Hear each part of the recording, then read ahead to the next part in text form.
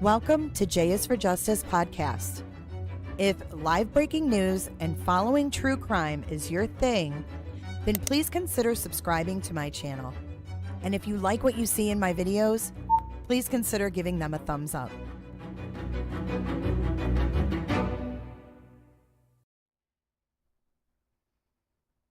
Hello, everybody. Happy Sunday. Happy Sunday. Thanks for coming in and joining me today. It is a mess here. It is getting messy. So when I planned this, it wasn't even raining. Now it's like coming down in sheets sideways. So we are safe. We are dry. I hope that everybody out there affected by this storm is as well. It's scary to see people out on the roads. Not quite sure. My granddaughter and my daughter-in-law left this morning and they had to drive south. And they had to put their hazards on and pull over. So very scary out there. Everybody stay safe. But I'm happy to report that they are about 10 minutes away from home. So it's scary. It's scary. So we're going to get lots of rain, lots of wind, storm surges like that. So what you're looking at is called the Howard Franklin Bridge. And this bridge goes from Pinellas County to Tampa. So that's like the only way to get to Tampa from here because we're on like a little peninsula. I know. And this is just a tropical storm and its name is Debbie. Tropical Storm Debbie. But it's supposed to be a category 1 when it hits up in the panhandle. So panhandle people, be safe. Hello, crafty girl. And welcome in, everybody. We have a crazy story to go over today out of Florida. Put a 1 in chat if you guys saw anything on this. This is a deputy. I'm sure you guys saw it because a deputy died and 2 are injured. And that's all they're talking about. We don't know who the people are that were killed. Aaron, you're in Land O'Lakes. So this is Eustis, where this happened that we're going to go over. What's up, Steven? Hi, Fem. Hey, Aaron. Melanator, good to see you. Good to see you, Kels. Hey, Sharon. Yeah, they will get a big storm surge up there. So be safe, be safe. Good morning, Aristocat. Yeah, have you guys seen all the details about this? Because all they're talking about is the deputy who died. And it is sad. But this is really weird. You took yesterday off. Good for you, Flo. I had the weekend off as well. It was a nice weekend. I had a great weekend with my granddaughter. It was wonderful. That happened in Connecticut like a year ago. But what's weird? Hey, Tweedledee. Okay, so this story, let's get over here to this story here. So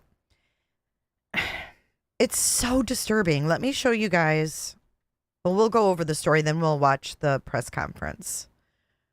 Actually, let's just do that first. Okay, so yeah, he looks goofy right there. This is the press conference. So I'm going to walk you through how I came across the story, and then I want to get your opinion on this, okay? Because all they're really reporting is, hey, you know, this deputy was killed, and that's the main focus. But this is Lake County Sheriff's Office, and the title says ambushed.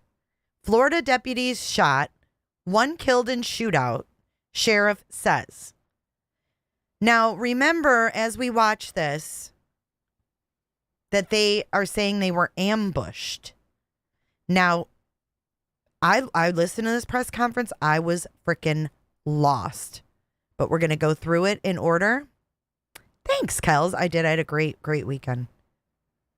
So here we go with the press conference. This, again, is Lake County, Florida. This started out as a wellness check. They got a call for a wellness check, went to that house. Then they were directed to another house where it appeared the back door was kicked in. So they just went inside because they heard, quote, noise. So I hope that cops are never called down the street and then directed to your home and they hear quote unquote noise and enter with guns ablazing. Because that's what happened. Let's take a listen. And I need you guys to put your listening ears on because I want your opinion on this. It's weird and it's a little sus. Normally open up by saying good evening, but as you probably know by now, it has been anything but a good evening here in our beautiful county tonight. So we're here to give you some details. Joining us here at the podium is our state attorney, Bill Gladson of the 5th Judicial Circuit, Major Glenn Hall of the Sheriff's Office, Sheriff Billy Woods from Marion County Sheriff's Office, Major Todd English, and of course Lake County Sheriff Peyton Grinnell. So I'm going to turn it over to him and let him walk you through some of the unfortunate events of tonight. Sheriff. Thank you for being here. I'm going to speak to what we know at this time. This is a very fluid scene right now. Multiple agencies helping out. Florida Department of Law Enforcement is here conducting an investigation, but this all started around 8 o'clock earlier off of Brookside Drive, where we received a call of a disturbance that was in progress. The deputies responded, and while they were conducting their investigation, they were alerted to a home, we believe a couple houses down, that there was a problem there, and the deputies went to that home and saw what appeared to be the back door kicked in, and they could hear a disturbance inside of that home.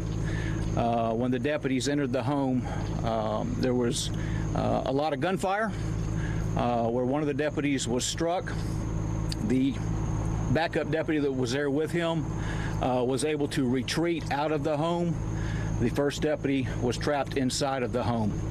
Multiple deputies responded at that time. They immediately formed a rescue team to go back in to attempt to get the deputy sheriff that was still inside the home. And they were just met with a hail of gunfire, a lot of gunfire, where another deputy sheriff was struck at that time. They were able to retreat. Obviously, we mobilized our SWAT team, knowing that we were dealing with a scene with a lot of firepower against us. The first deputy that was struck in the shoulder, I've been told, is in stable condition now. The second deputy that was struck, he was struck in the armpit as well as in the groin and the stomach area multiple times, underwent surgery, and is in serious critical condition. And I was just informed a little bit ago that the third deputy that was shot has passed away. Those notifications have been made. I will not get into specifics at this time of the names of the deputies. All of this is being investigated by the Florida Department of Law Enforcement. The individuals that were inside of the home, 2 are deceased, and 1 was transported. I do not know the condition of the one that was transported, but 2 of the suspects, if you will, that were inside the home are deceased, and 1 was transported out. With that, I'll take any questions. What kind of call was this, Sheriff? Was this domestic? I mean, once your deputies got in there in that barrage of bullets, what was the situation? What happened? So obviously all of that's being looked into. All I can tell you is it was a very violent scene. The deputies went to that home to conduct a well-being check at the request of the complainant. That was the original disturbance call, and they could hear a lot of commotion going on in there, and that was the reason they entered the home. And as I stated, they were met with a volley of gunfire. Sheriff, the deputy that has unfortunately passed away, can you clarify, was that the first deputy to enter the home? Yes. Who was stuck inside? That is correct. That deputy sheriff, I won't mention his name right now, has been with us for quite a while. Started out as a young explorer, as a military veteran, and just horrific when you have one of your own inside of a home and you can't get to them. Are there words you can offer to this community? We have been waiting out here. We have seen people who are waiting along with us who have had so much concern for your deputies and your staff tonight. Yeah, this is a great community. You know, it was February of 2005 was the last time we lost a deputy sheriff in Lake County, so it's been a long time, thankfully, but tonight here we are again. But the community outpour has been great. Considering the barrage of bullets and the situation that your deputies were under, how were you able to get the suspects finally? Because we saw from Chopper 2 basically a hole that was knocked in the side of the house. Even under the fierce conditions, how were you able to complete this? You know, we have equipment for that, and that's the reason we have this equipment. And we tore the home apart to get in there so we could get that deputy out of there. It was just it was a chaotic scene from the start until the end. Were the assailants deceased when you entered the home? Two of the assailants were deceased upon SWAT entering the home, and the third one's been transported. And this was an initial disturbance at a different home. That's correct, in the very near proximity. Were they related? That's all being looked at right now. And it's safe to say there's no longer a threat to the public on this road? No, we do not believe that there's any threat to the public. Everybody that was involved is accounted for and in custody. We saw a number of law enforcement agencies assist. At what point were they called in? How did that kind of play out? You know, when a law enforcement officer is shot, especially here in the state of Florida, you don't have to ask for help. They show up. You know, Sheriff Woods from Marion County, FDLE, had the FBI here helping, alcohol, tobacco, and firearms, many agencies here. And that's what we do. We come together for this, and it's going to be a long time before we get back to a sense of normal. And as far as the families are concerned of the deputies injured, the deputies killed, I know it's a tough time for them. You've been able to talk to them, Sheriff? I have our critical incident stress management team with them. When I leave you, that's where I'm going. Anything else you want to add? Because this has been a tough situation, and I know it's tough for the men and women in blue and black in a situation like this because you're all family. Yeah, I would just ask that you keep the men and women of this agency and law enforcement in general in your prayers. They have a tough job, and we lost one tonight. Thank you, sir. Thank you for your message to the community. I'm sorry? A quick message to the community. Yeah, I'd like to just say thank you for all of the prayers and all of the text and emails and the phone calls that we're getting in support of the deputy sheriffs. So thank you very much for that. Sheriff, one question. Was this house known to your deputies? Is there any kind of history at this house? Well, the history that we found so far, really, it's animal complaints. Our animal enforcement unit's been out there. Oops. What the hell just happened?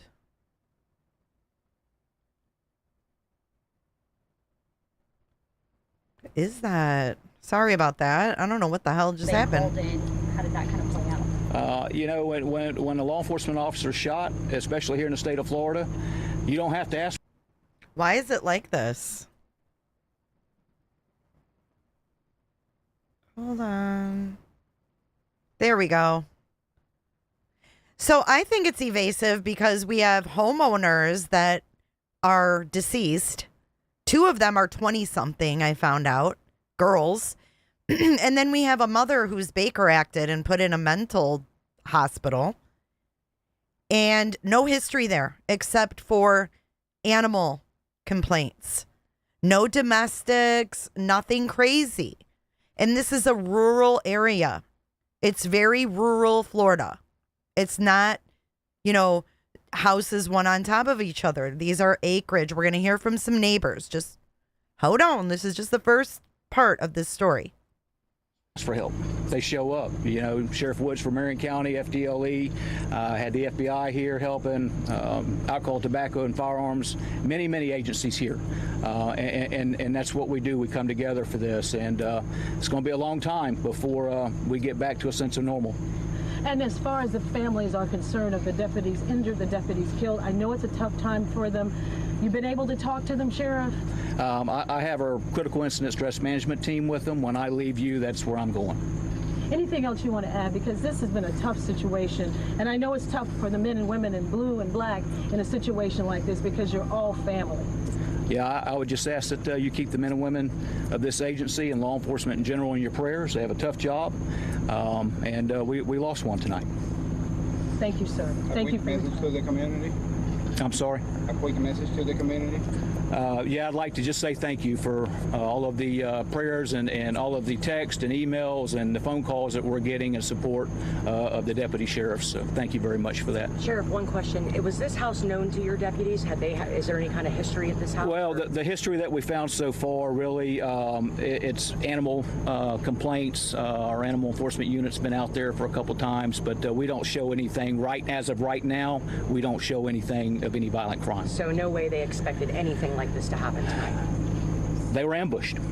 But again, it was a well-being check on one house, a barrage of bullets in another, and they started shooting at your deputies first? Actually, we went to a disturbance at one house. The initial call was for a disturbance, and then while we were on that scene, somebody at that scene told the deputies they needed to go to the other house, that's where there was a problem happening, and when they got there, they saw what appeared to be a door kicked in, and there was some commotion in the home, and they were just met with a lot of gunfire. Was it a domestic call, a domestic disturbance call? No, the original call was just a disturbance in the neighborhood. Sheriff, that second home, did your crews find anything else concerning inside of that house? I can tell you, upon the initial sweep of the SWAT team, there's multiple firearms inside of that home, everything from long guns to handguns. Is that why we saw EOD? We always have EOD come out when we're doing an entry on a home because you just don't know what you're going to enter into. How long was this deputy on the force, sir? I don't have all the specifics right now, and I just want to be careful about talking about that until I make sure all of the family's notified. The two suspects who were deceased at that scene, were they killed by law enforcement fire? That's all being looked at by FDLE. I don't know if it was our deputies that shot the two that were deceased, or if it was a murder-suicide, which we see in these type of situations. And lastly, the deputy that was airlifted to Waterman, is that the deputy that died? No, ma'am. I believe the deputy that passed away was ground transported. Have there been previous calls to this house in the past? I mean, let's talk about this street and this community here. Yeah, the only calls that were showing that we had a reason to go out to that particular area was for animal enforcement complaints. Thank you, Sheriff. Sheriff, Yeah. Can you confirm that there is one of the deputies at Waterman Hospital? We've been told that there's quite a large law enforcement presence there tonight. And is that related to this? Yes. Thank you, sir. Thank you for your time. Thank you very much. Thank you. Okay, thank you for validating my feelings, because when I first watched this, I was like, what? How do you go to one home for a wellness check, end up at another home, and everybody's shot? Well, let's watch the next video, shall we? This one says wellness check turns into shootout, killing one Florida deputy, injuring two others. Let's listen to this report. Now let's give you a look at where all of this happened. Last night we were looking at a map of unincorporated Eustis near State Road 44 and County Road 439. It's not far from the Ocala National Forest. Fox 35's Matt Trezza spent the morning there, and he found a neighbor who called 911 and spoke with them. They say they heard the shootout. They say it's usually a quiet street and that this shooting was unexpected. Lake County deputies swarmed the scene on Brookside Drive in Eustis. The sheriff's office says 3 deputies were shot, one of them killed while investigating a disturbance on the rural street. Michael Diedeker lives in the neighborhood and says he heard the shots. It's like a rat-tat-tat-tat, like fully automatics, handguns. They probably had like. So the story is, let me just fill you in. The door appeared to be open. Or appeared to be kicked in. Sorry. Thank you, True Crime for You, for being here. Hey, Jenny. Hey, Tamara. Wellness check my ass. Yeah, what is going on? What is going on here? So this is the neighbor. I guess he called 911, but they were investigating a wellness check at one home. Went there. They were directed to another home where the door appeared to be kicked in, and they heard noise inside and went in. Michael Diedeker lives in the neighborhood and says he heard the shots. It's like a rat-tat-tat-tat, like fully automatics, handguns. They probably had like a couple automatic pistols too. Full barrage of guns. Diedeker says it started when a woman showed up in front of his house acting aggressive and strange. He called 911. She started asking us, telling us we need to go, that started speaking all kinds of crazy nonsense. And then the police officer started going down the road trying to go check on everything, and then we heard all the gunfire afterwards. Neighbor Carla Bayshore says they're used to hearing occasional shots on their otherwise quiet street, but nothing like this. When I was standing there and heard the second round of high-power gunfire, it makes you go, oh my God, like what just happened? But at the same time, it's normal around here. Even it could be midnight, and you're going to hear somebody back there shooting at a bear. Once deputies got to the house, they found the back door kicked in and noise coming from inside. Lake County Sheriff Peyton Grinnell said they went in and were met with a hail of gunfire that hit one deputy. When the deputies entered the home, there was a lot of gunfire where one of the deputies was struck. The backup deputy that was there with him was able to retreat out of the home. The first deputy was trapped inside of the home. The sheriff's office sent a SWAT team to the house. As they tried to rescue the deputy who was shot, 2 more deputies were also shot. When they finally got into the house, responders found 2 people dead and a 3rd person injured. The sheriff says they're still investigating how they died and what the disturbance was about. Obviously, all that's being looked into. All I can tell you is it was a very violent scene. The deputies went to that home to conduct a well-being check at the request of the complainant. That was the original disturbance call. The first deputy who'd been shot, Master Deputy Sheriff Bradley Link, was pronounced dead. The other 2 deputies were taken to hospitals in the area, one in stable and the other in critical condition.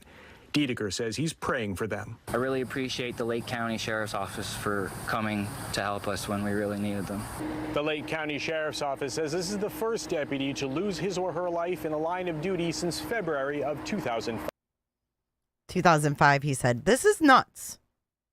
So that neighbor, the guy who called, this dude, he's like, this woman was in my yard talking nonsense. Obviously, she was having a mental health episode. Right, Brian, they're in the country. People shoot guns.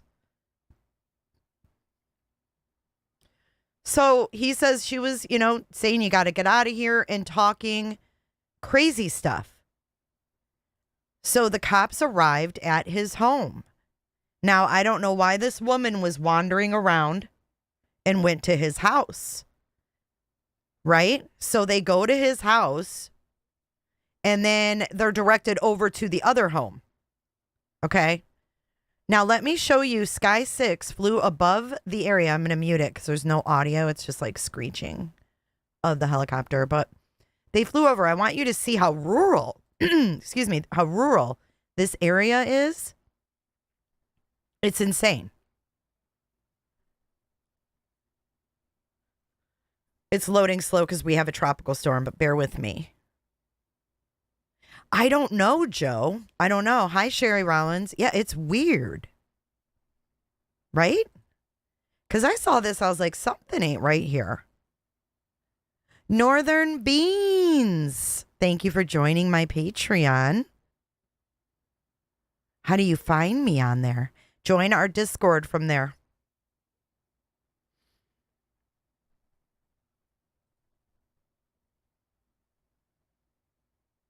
Okay, so this is overhead. So they're saying they saw the back door kicked in. So they would have had to have gone from, look at all those trees to the back door. I'm just hoping that we get the body cam from this incident. I'm hoping we get the body cam. And if you're having problems, Beans, go ahead and email me and I'll help you.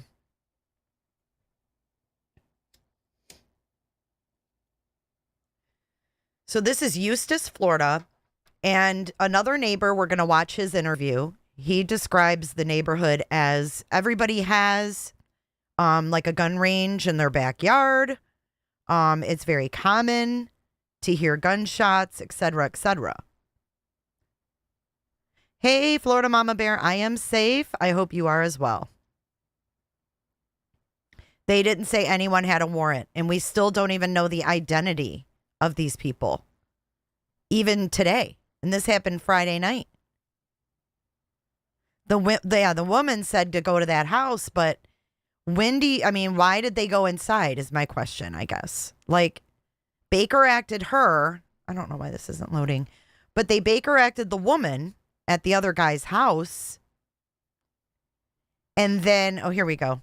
And then she directed them to this house, and they heard, quote unquote, noise inside. Yes, Flickery. They went to the caller's house first, and the lady having the episode was there, and they Baker acted her. And then she was like, you need to go check out this house. And I don't know if it's her house or what, but so then they went there and said that there was a door kicked in and they heard noise. So they entered the house and they were shot at. So I don't know if like there was something going on with this lady. No, don't feel stupid at all, Northern Beans. I'm not saying they needed a warrant. I'm just saying like it's a little spooky that they can just do this. Like it's freaking scary. And then they're labeled as anti-government because they have weapons and they have perishable food, non-perishable foods. So like I said, this is the house right here. That's the driveway you see. They went to the back door.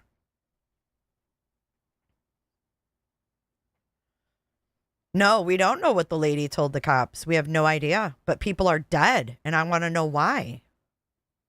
I want to know what the hell happened. And I'm sure that we'll get a full investigation, and we do have an interview with another neighbor. We're going to watch it next. But I just wanted to show you guys. It's north of Orlando, and it's very, very rural. What's up, Kai? What's up, Rizman? I wish... Oh, wait. I already read that. She probably left that second house for help. I'm thinking she was looking for help. Because they Baker acted her. She was having some kind of issue. And I feel like there's more to it as well. I really do. So that just gives you an idea of the terrain. It's not like it's the, you know... They're right on top of each other. Hey, Megan. Happy Sunday. Hey, Ange. I heard that they saw the back door kicked in and a loud ruckus inside. See, the report I just watched said a noise.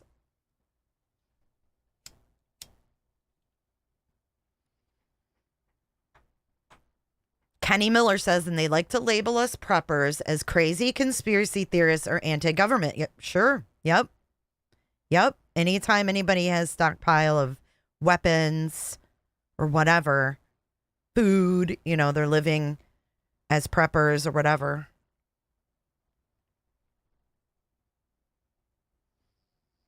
I don't think they're covering anything up. I just think they're evasive with details. We should know who these people are by now.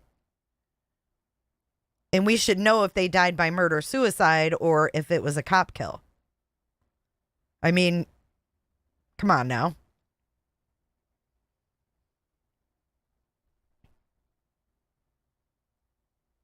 So there it is. That's the house surrounded by all those trees. Here is a neighbor. Okay. Now this doesn't, I know it seems like a freaking psyop. This guy's name, is Jim Ironhorse, and he lives on the road. And this report here is fucked up. Because it says there's a suspect at large. So, you know, explain this to me. This was August 3rd. I don't know what time they did this, but look at 3 deputies shot. Scene is not secure. Suspect still at large. Sanford, Florida. And we are not sure exactly tonight how that third deputy is doing, but we do know that the shooter is still on the run. This is all going down in Eustis, right near State Road 44 and County Road 439. That area is blocked off, and the search is on for the gunman.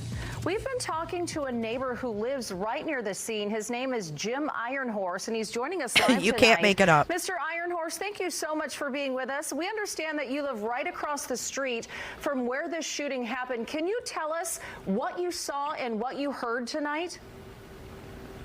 This started about an hour and a half ago. We were sitting here watching TV on the deck. There was multiple gunshots coming from across the street. It started out with 9mm and then went full auto, which is not a usual thing out here. There's always gunfire out here. It's a very rural area. But at one point, it didn't sound like there was an exchange of gunfire and then a lot of cops. Hey, there Jim. are probably 25 to 30 across the street still right now. The SWAT team is across the street. I can see them from here. There were 2 shots fired about 15, 20 minutes ago. Don't know what came of that, but that was right across the street. So, Jim, this area where we're talking about, well, like we said, this is very rural. You're up around the, I believe, the Lake Norris area there, the conservation area. So I know they're saying for you guys to stay inside. Can you describe the area where the police are looking for this suspect right now?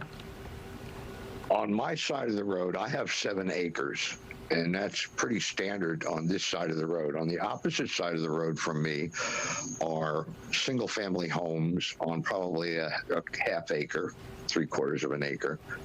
And then behind that is another row of single-family homes. The row behind it, I believe, is where it all started. That's where we heard the gunfire come from. And like I said, that's when the cops started coming down Brookside and 439, and they swamped the place real fast. Have deputies been to your house tonight? Have they told you anything about what's going on? No, ma'am. No, my neighbor across the street, Wanda, they have been in contact with her, and she's texted me to warn me that they were looking for somebody. You know, Jim, I don't want to put you on the spot here because you're living around these people, but was there any indication that something was going on in your neighborhood to bring this many deputies in there? No, sir. No, sir. No, I've been here 25 years. It's the first time something like this has happened. There was an incident down the road in Orlando Hills where a deputy was shot, but that was about 20 years ago. Well, how are you feeling right now? Yeah, it's got to be pretty unnerving to have all those deputies there. You have a gunman on the run. Are you inside your home? Did you lock the doors? I mean, I'd be a little bit frightened right now. Ma'am, I'm a tactics and weapons instructor. Okay. Oh my God. Fear, huh? Oh my God. She's like, okay. He happens to be a weapons instructor. Ma'am, I'm a weapons instructor. Smokers laugh.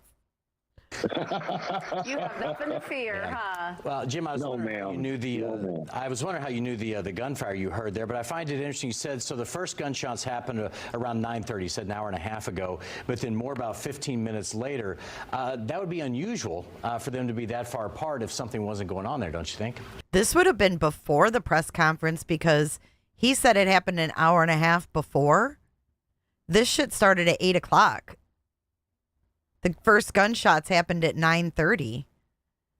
And I didn't hear about this until after midnight on Friday night. So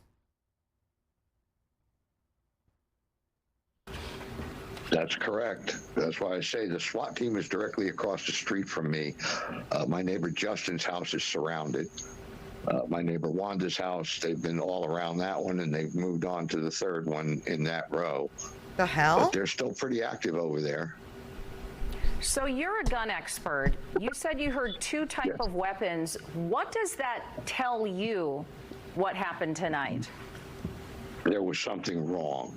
It's like I say, it is quite usual to hear gunfire around here. I have a 2-position gun range in my backyard. Many of my neighbors, they have gun ranges behind their houses, and it's not unusual. What was unusual was the mix of 9mm fire and then fully automatic weapons going off, and quite a few of them. You know, Jim, I think our producer said that you're on the porch or at least outside. Can you turn your camera around so that we can see your vantage point and just how close the police officers are to This is you? insane. I see you moving around there. So, yeah, give us an idea of what we're looking at here, and explain while we're looking at it, please. Can you all see that? Yeah, we see it. Is that Brookside there? Brookside would be up by those red lights over there. And those blue flashing lights, those are all the deputy squad cars, correct? Nope, that is a deputy's tractor trailer with what looks like ATVs on it. Oh. The deputy's SWAT team. The deputy's SWAT team is in front of them. And like I said, there have been incoming for the last hour and a half, incoming, I don't know how many. So if you could, sir, can you explain to us kind of that area? Like if they're searching for this suspect, it sounds like there could be quite a few areas for them to hide. How big is that wooded preserve you said that's near your house? If they get behind the second row of houses, listen to this. It's quite wooded. It's a preserve. I would say 50 to 100 acres behind there. The houses across the street line all the way up to Mill Creek Road, and that wouldn't be too bad for them. Thank you, Sherry. There's a dirt road that cuts back that way. And then, like I say, the dirt road behind 439 here, parallel to 439, runs right into Orlando Hills. So we know the jets are out there. We know the ATVs are out there. Have you seen a helicopter in the sky? I'm assuming they will probably fly that and use the night vision to try and find the suspect as well at some point. I thought they would too, but I guess the weather is holding them down. No, we have not seen the helicopter yet. You know, Jim, we're looking at some live views here. I don't know if you can see these if you have a TV on, but we also see the media staging area where all the police officers are. One thing that kind of stood out to us is they took the deputies to the hospital in Sanford. Is that the closest hospital to you, way out in this rural area? Well, I don't want to get political about it. No, it's not. Political? I thought they would have taken them to Waterman, but again, I don't. Okay. I don't know why they would do that. Curious why they would make that trip when you're out It's there weird. in Lake County. So again, this has got to be. It's got to be a little unnerving, though. I know you're a weapons expert, but it's dark out there. There's a guy who at least took some shots at deputies. It sounds like this is not going to be a very peaceful night for you, Jim. No, I don't think it will be. But it is what it is. Well, we really appreciate you taking some time to speak with us. Again, you've been hearing from Jim Ironhorse, who is a neighbor out there where this shooting happened.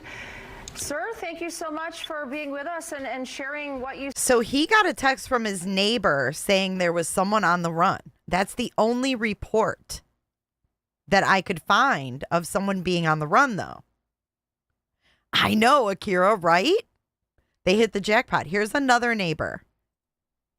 Neighbors say the sounds of gunfire made it clear bad things were happening nearby. The scene is a remote location. This is 15 hours ago. East of Eustis. West 2's Dave McDaniel is live for us. He's at the Lake County Sheriff's Office this morning. And Dave, you've been speaking to neighbors. They are telling you all about what they believe began this ordeal. Jason, we actually talked to the guy who called 911 last evening a little before 8 o'clock. He said a woman from next door came onto his property and stirred up some trouble, and he said she got extremely violent with people trying to calm her down. Violent now. She was trying to provoke my dogs into attacking her. The man living next door to the shooting scene says he grabbed his dogs, called 911, and What? asked his girlfriend to help him out. The lady punched my girl in the face. What? And I was on the phone with 911. The woman who he says threw the punch is his neighbor, and when deputies arrived restraining her, she told them to check on the home where her husband was. When deputies went in, Michael Dedeker says, We heard all the gunfire from the first barrage, and then we heard everything else after that. Multiple shots.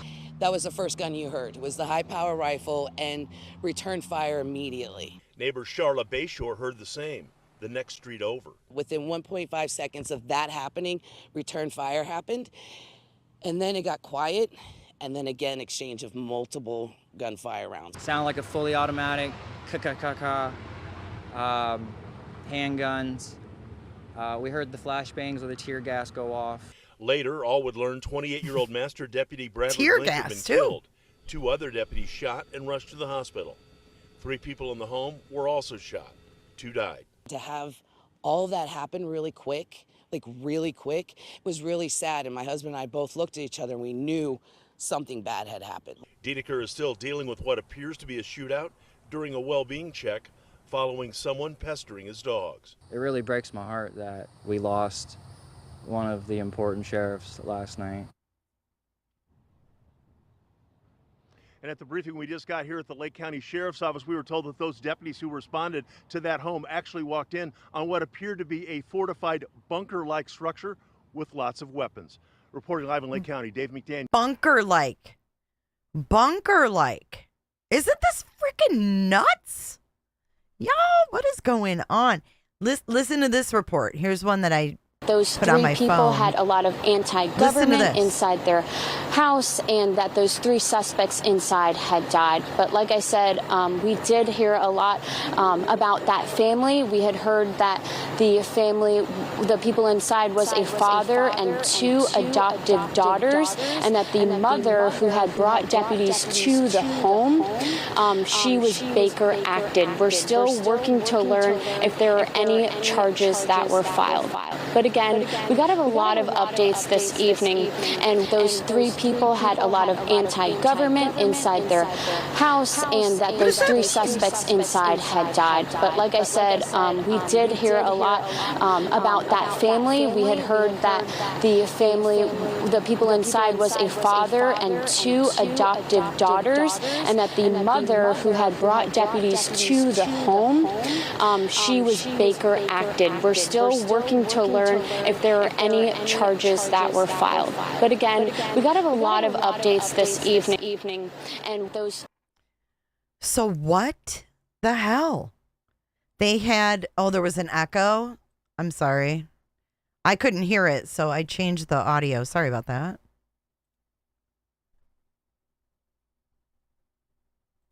Sorry. Those 3 people had a lot of anti-government inside their. There should be no echo now. So a lot of anti-government inside their house, whatever that means. Oh, nice to see you, Sandwich. Are you not mad at me anymore?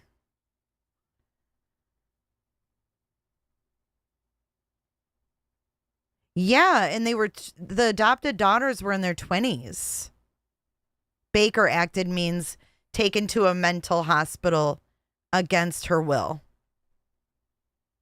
Those 3 people had a lot of anti-government inside their house, and that those 3 suspects inside had died. But like I said, we did hear a lot about that family. We had heard that the family, the people inside was a father and 2 adoptive daughters, and that the mother who had brought deputies to the home, she was Baker acted. We're still working to learn if there are any charges that were filed. But again, we got a lot of updates this evening. So very strange, right? Very strange. So check this out. This is the latest update that I found, okay? It's going to blow your mind, guys. This is freaking wild. Wait till you see what they did to the house. Now, granted, I get that the deputy was trapped in there. So that means that one deputy left the other. And I don't know if they're supposed to do that. I mean, I'm not a cop, but I hope my partner doesn't leave me. Are they supposed to do that? I don't know. Where was she when the shooting went on if she was Baker acted? They took her, obviously. She was in a cop car, probably. You don't know if you're mad at me still, Sandwich? You weren't saying very nice things about me. Oh my God, we are not going there, Sandwich. So how do they have someone on the run? Yeah, I don't get it. This all happened because this man's wife went next door freaking out for whatever reason. It doesn't make sense. Yeah, the trapped one died.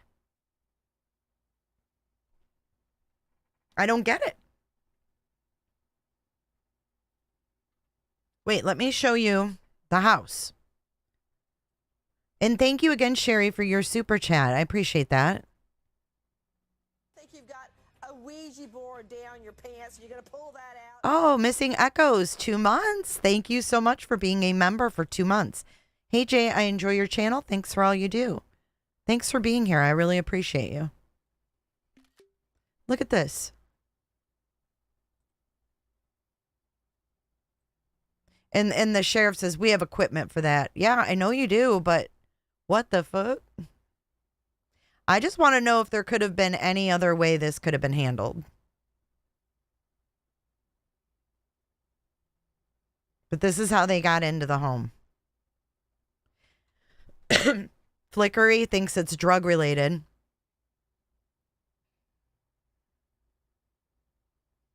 And you don't think he had much of a choice? Probably not. Hi, Cricket. I know it's rainy. It's coming down in sheets. But just nuts. All right, let's look at this latest article. We're going to read through it. Real life nightmare. Lake County, Florida. Lake County Sheriff's Office released more information Saturday that revealed the horrific situation deputies stepped into Friday, where investigators said 3 suspects opened fire. Deputies walked into a home on Brookside Drive in Eustis, where a family of suspects ambushed deputies. A total of 3 Lake County deputies were shot. 28-year-old Master Deputy Sheriff Bradley Michael Link did not survive. R.I.P. Deputy Sheriff Link.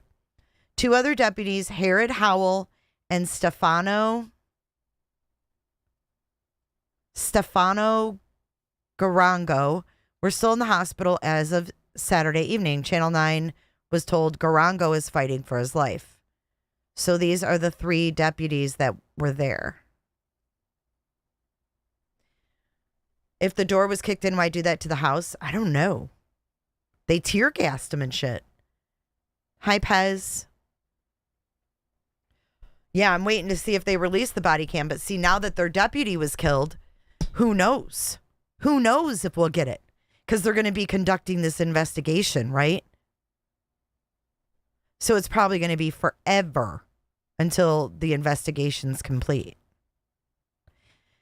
This was a real-life nightmare that unfolded before our eyes. LCSO Public Information Officer Lieutenant John Harrell said. Harrell said deputies originally responded to a disturbance. A woman appeared to be experiencing a mental health episode. She was talking incoherently, out of her mind, talking about spiritual stuff. She was attacking people. Channel 9 spoke to the woman's neighbor, Abigail Wilbanks, who said the woman attacked her and her father while she was in her yard. Because she kept hitting us and he came and she attacked him, she ripped his hair out and we couldn't get her off of him. Harrell confirmed that the woman was Baker acted, but she made a request to deputies. He said she asked them to check on the home down the street. It was her home. That's what I'm wondering. Margaret Lee says, could the lady have been under the influence and the husband believed it was a home invasion? Because I don't know why they thought it would be a burglary. I mean, obviously she was out of her mind, and then they take her word for it to go to her home with their guns out? Tell me this makes sense. Because it doesn't make sense to me. It doesn't make sense. Psychopathy. What's up, Captain Ganja? Other standoffs I've seen over the years, they have negotiators and many tactics. Right. Why did they just bum rush in there? I mean, I guess maybe if something was going on that, we don't know exactly what they heard. But if they found her in the yard, Baker acted her, they've got her handled. But she's like, oh, wait, can you check on the house down the street? What? Why? It's very strange. So if they go to the front door and knock and they don't answer, isn't that their business to not answer their door? Or does that mean that they can just go in? That's what I'm wondering. I mean, they had the woman, right? The problem was handled. The guy who called, the problem was handled at his house. This is weird. So she asked them to check on the home down the street. And it was her home. Their deputies thought they could be responding to a burglary in process. Why would they think that?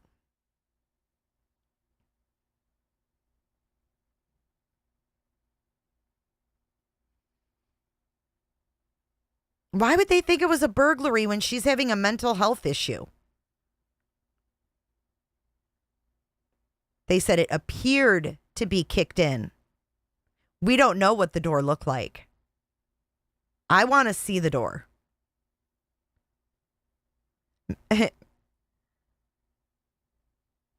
Aw, Missing Echoes, I'm glad I can make you smile and laugh. I don't know. It's just a little weird. You have a lady having a mental health episode and then you believe her? Like, that's just kind of odd to me. Why not make a phone call to the house first? I don't know. Maybe I'm wrong. Anyways, they thought they could be responding to a burglary in progress. Okay, like the homeowner's just randomly having a mental health issue and someone breaks into her house and they're in the fucking country. It doesn't make sense. But in reality, Harrell said there were 3 armed suspects. The man who was the husband of the Baker-acted woman and 2 daughters. Deputies heard commotion inside the home and saw an open door. Look! It says right here. Deputies heard commotion inside the home and saw an open door. Harrell says they started to walk in. But you don't take the word of someone having a mental health episode and draw your guns. Weird. At that point, they were met with heavy, heavy gunfire. The gunfire knocked Master Deputy Bradley Michael Link to the ground inside the home. Master Deputy Harold Howell was shot in the arm but managed to get away from the gunfire. Lake County Street Crimes Unit, including 4 SWAT officers, then breached the home to try to rescue Link, who was still inside the house. That's when SWAT officer Stefano Garango was hit in the arm and the abdomen.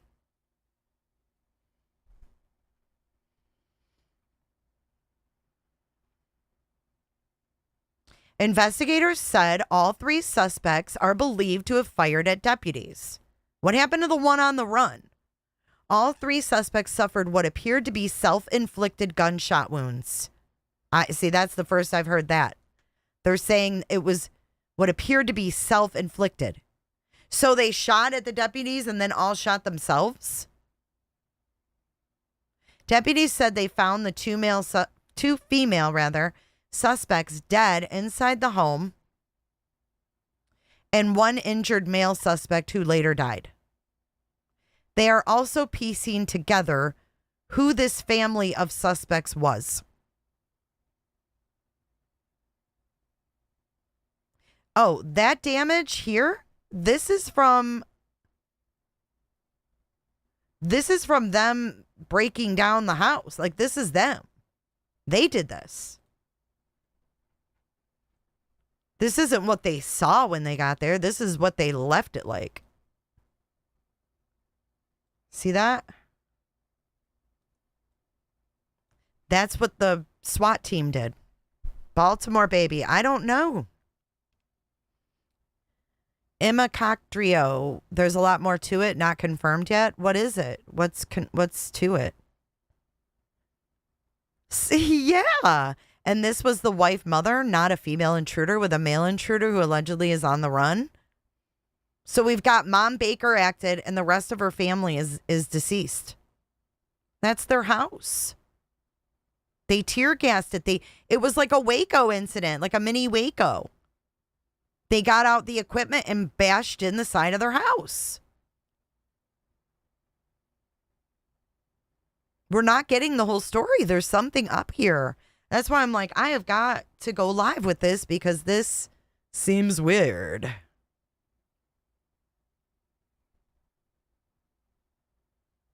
And, you know, the lady was looking for help, right? And then she was Baker Acted. They had her in custody.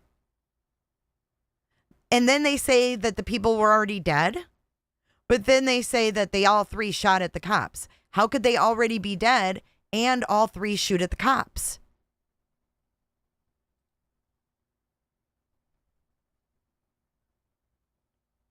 Something's definitely off, isn't it? Strange. Okay, let's keep going. So that's the house. There is evidence the family believed in what's called an anti-government ideology and prepared for the end of time.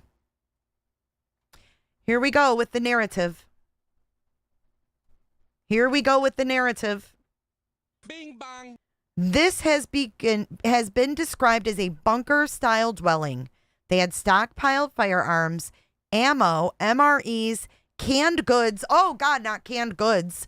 And non-perishable food items. Oh, heaven for fucking bid.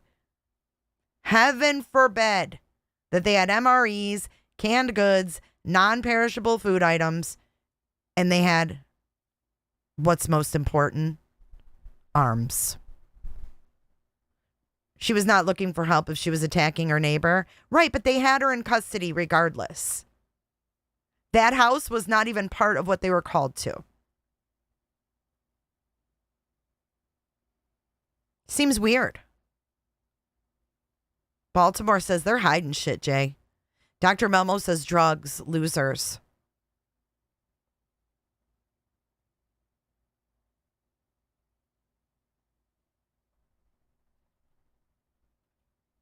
No, it's not a shed. It's a home.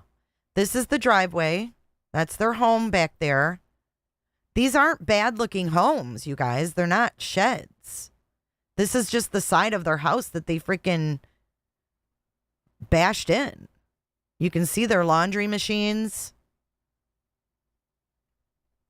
But we still don't know who they are. Isaac, you're not blocked. But quit. We're not talking about Ohio CPS.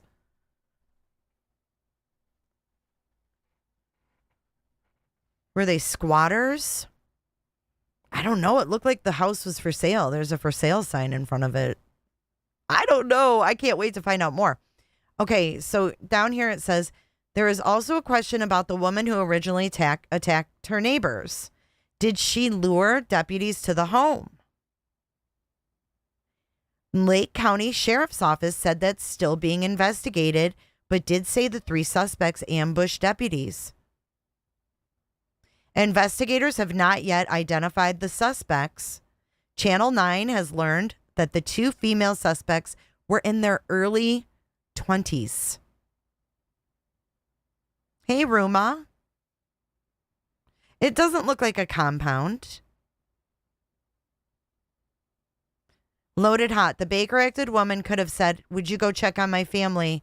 Cops went there and the door was kicked in. They walked in and were met with heavy gunfire. But why was the door kicked in? Doesn't really make sense. That's the latest update we have on that. Isn't that bizarre? Let's see. Jay, what if the people in the home came to mess with the husband and the ones that were there weren't her family? It's weird as F. I know. If they are squatters, someone may have called to do a disturbance, but they didn't say that. But now we're not hearing much about the suspects. Let's see what this one says. And I don't believe we've had any more press conferences either since yesterday. Upon arriving, they heard a disturbance inside the home and decided to enter Now, was that something that they should have done? That's what I'd like to know about as well. Is that standard that they would, enter? They heard a disturbance inside the home and decided to enter and were met with a lot of gunfire. The primary aggressor was a woman who lived in the home. When deputies arrived at the home, the sheriff's office reported that it appeared to have been burglarized, and they suspected that the burglars might still be inside. They tried to order people out. No one came out. So at that point, they made entry into the home, at which they were immediately met with heavy gunfire. The first deputy who entered the home was shot and later pronounced dead. That's Deputy Link. The sheriff's office said Link was on another assignment Friday night, but when he heard the call come in, he went to help. Per deputies, Garango, who underwent surgery, was part of the officer rescue unit that formed to go in the home to save Link. As they entered the home, they encountered gunfire and Gargano was struck. The third deputy, who was also struck, is Master Deputy Harold Howell. He's a canine deputy. The sheriff said the 3 suspects inside the home have died. So they weren't looking for someone then? Chopper 2 flew over the scene on Friday night. The area was blocked off. Deputies said no suspect has been arrested, and they're investigating. And they have a donation thing for Link's family.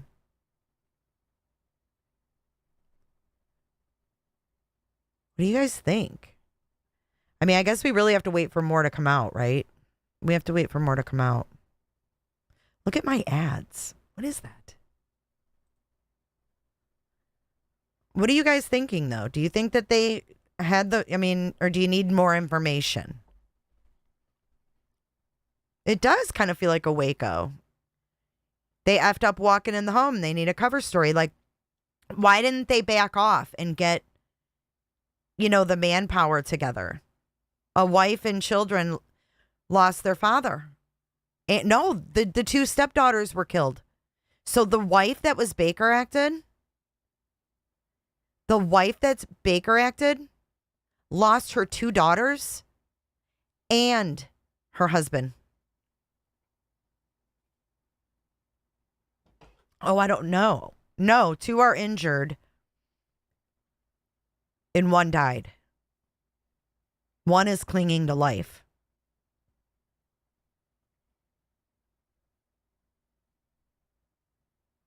I just don't know what. I just don't know what. It just seems weird. They were sent there. The door was kicked in. They had probable cause. And I'm not saying that they didn't have probable cause. But it seems like there's just more to the story, if you know what I mean.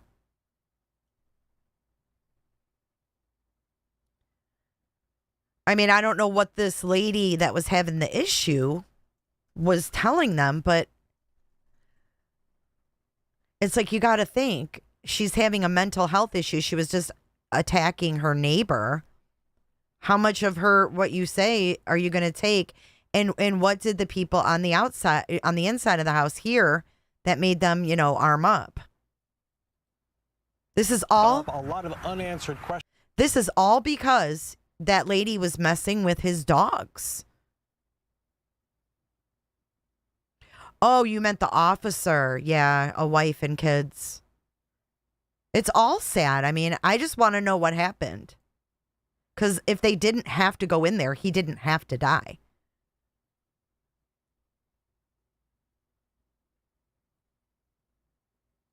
Okay, so here is another report. This one's a little longer and a little more detailed. Live now from Fox 109 on the East Coast and 1009 on the West Coast. I do want to get you back to this breaking news that we have been following out of Central Florida. Specifically, this is over in Lake County, Florida. That is where a sheriff's deputy has died after he was shot and became trapped inside a home while responding to a disturbance call Friday night. This is over in Eustis, Florida. We know that 2 other deputies were also shot while attempting to rescue that deputy. That's according to the Lake County Sheriff's Office. Our Fox 35 Orlando team has been covering this from the get-go, and I do want to play their team coverage for you. Turning now to that breaking news, Lake County is warning the loss of a deputy this morning. He was shot and killed after the sheriff says he was ambushed at a house last night. It happened near Brookside Drive in Eustis, near State Road 44 and County Road 439. It's a rural part of the county not far from the Ocala National Forest. We have team coverage for you this morning. Let's start with Fox 35's Matt Trezza, who has a timeline of what happened. Here we go, timeline. Yeah, that's right. And so deputies are still on scene. They are still investigating. There's still police tape up. A lot of unanswered questions at this time, but we can tell you that the sheriff's office says there's nobody on the run, nobody that they are looking for. All the players are accounted for at this point, and right now it's just a search for answers as to how this all started and how things got to where they did. Now, deputies say this all started at around last night when they got a 911 call about a disturbance on the street. Once they got there, they found a house with the back door kicked in and noise coming from inside. They went in and were met with a, quote, hail of gunfire that hit one deputy. The sheriff's office sent a SWAT team to the house as they tried to rescue the deputy who was shot. Two more deputies were also shot. When they finally got into the house, responders found two people dead and a third injured. The sheriff's office says they're still investigating how they died and what the disturbance was about. The first deputy who'd been shot was pronounced dead. The other two deputies were taken to hospitals in the area. Sheriff Peyton Grinnell talked about the case at a news conference. When the deputies entered the home, there was a lot of gunfire where one of the deputies was struck. The backup deputy that was there with him was able to retreat out of the home. The first deputy was trapped inside of the home. We've reached out to the sheriff's office for the latest information on this case. They haven't released to us the names of any of the people who were in the house who were shot or any of the deputies who were shot as well, or the deputy who passed away. They say that deputy had a long commitment and relationship with the sheriff's office here. He was part of their Explorers program, which is a program for teenagers who are interested in law enforcement. They also say he was a military veteran, and they say that this is the first deputy to lose their life in the line of duty in Lake County since February of 2005. Live in Lake County, Matt Trezza, Fox 35 News. Matt, on top of the story for us all morning long. Thank you. The two hurt deputies were taken to HCA Lake Monroe Hospital in Sanford.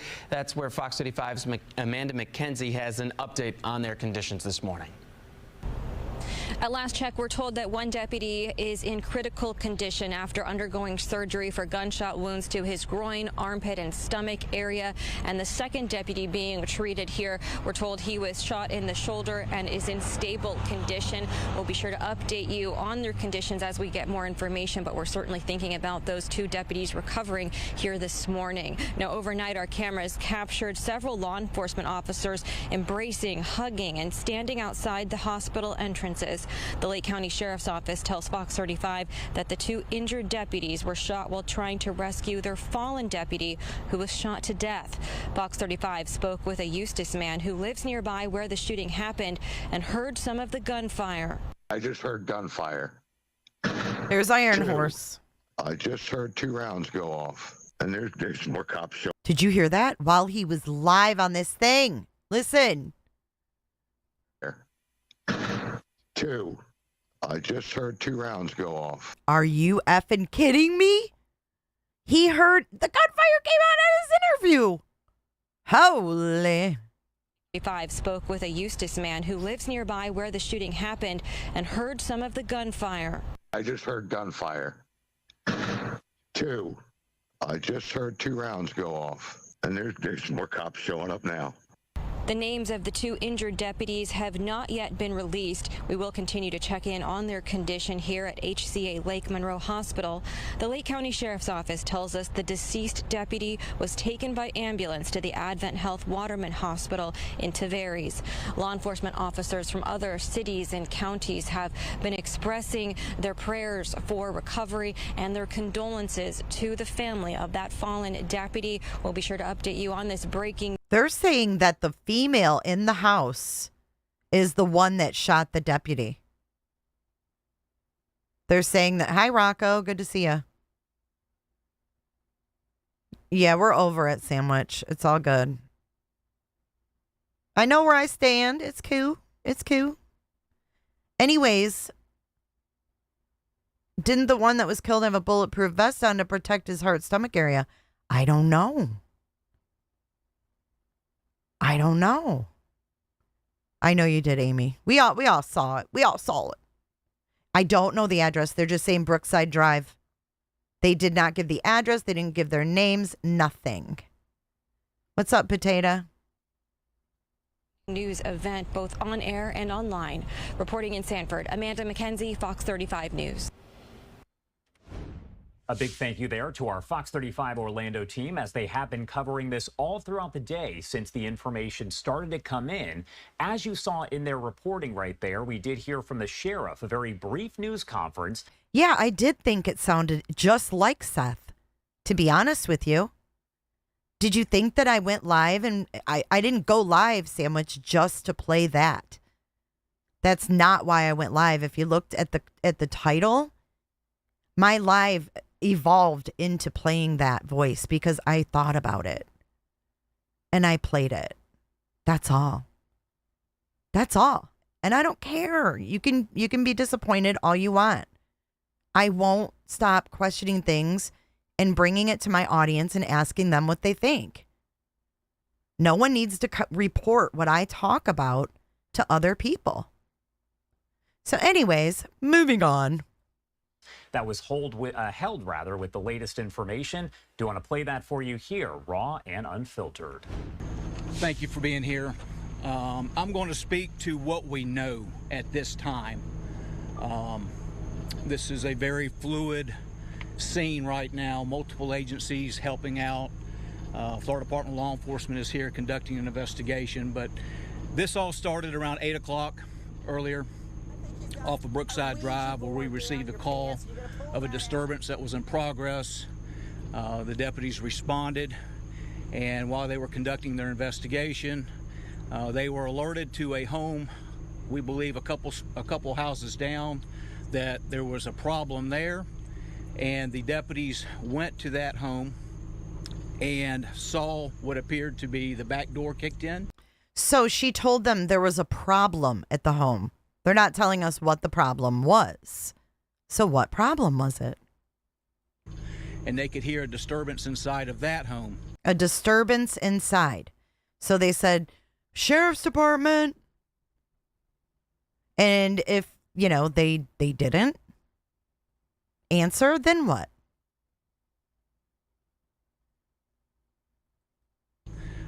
When the deputies entered the home, there was a lot of gunfire, where one of the deputies was struck. The backup deputy that was there with him was able to retreat out of the home. The first deputy was trapped inside of the home. Multiple deputies responded at that time.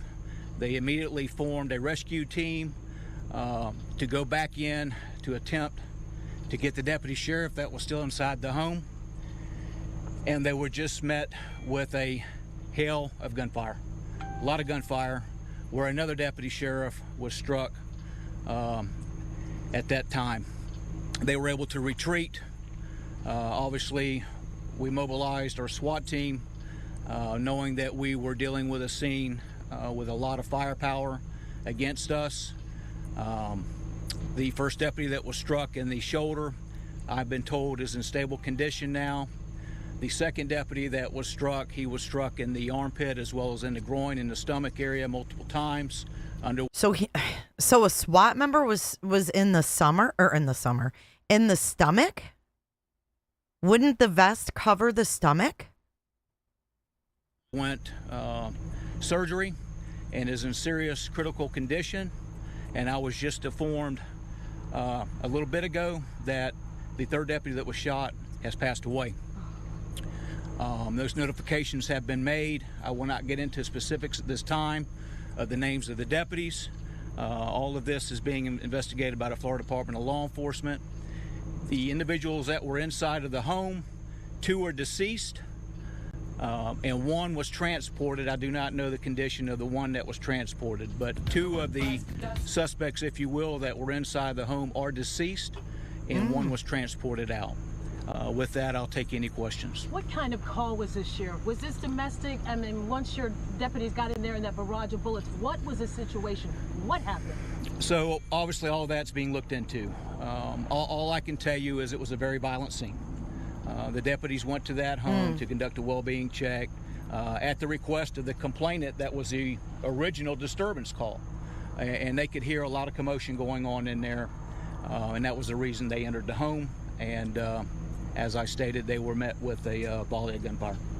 Sheriff, the deputy that has unfortunately passed away, can you clarify, was that the first deputy to enter the home who was stuck inside? That is correct. That deputy sheriff, I won't mention his name right now, has been with us for quite a while. Started out as a young explorer, as a military veteran, and just horrific when you have one of your own inside of a home and you can't get to them. Are there words you can offer to this community? We have been waiting out here. We have seen people who are waiting along with us who have had so much concern for your deputies and your staff tonight. Yeah, this is a great community. You know, it was February of 2005 was the last time we lost a deputy sheriff in Lake County, so it's been a long time, thankfully, but tonight here we are again. But the community outpour has been great. Considering the barrage of bullets and the situation that your deputies were under, how were you able to get the suspects finally? Because we saw from Chopper 2 basically a hole that was knocked in the side of the house. Even under the fierce conditions, how were you able to complete this? You know, we have equipment for that, and that's the reason we have this equipment. That's what he means. We tore the home apart. Did you hear? We have equipment for that, and we tore that home apart. Do you think they had the right to enter the home? Yes, no, or need more info? Because we don't know who fired first. We don't know how it all went down. I need more info. I want to know what the lady said, et cetera, et cetera. Get in there so we could get that deputy out of there. It was just it was a chaotic scene from the start until the end. Were the assailants? But it's also a stand your ground state. So what if they say we didn't know it was cops? Deceased when you entered the home? Two of the assailants were deceased upon SWAT entering the home, and the third one's been transported. And this was Okay, so there were two early 20s girls and the father in the home. When they got in there, two were deceased. So I'm assuming the father and one of the daughters, because they said that another daughter was the aggressor.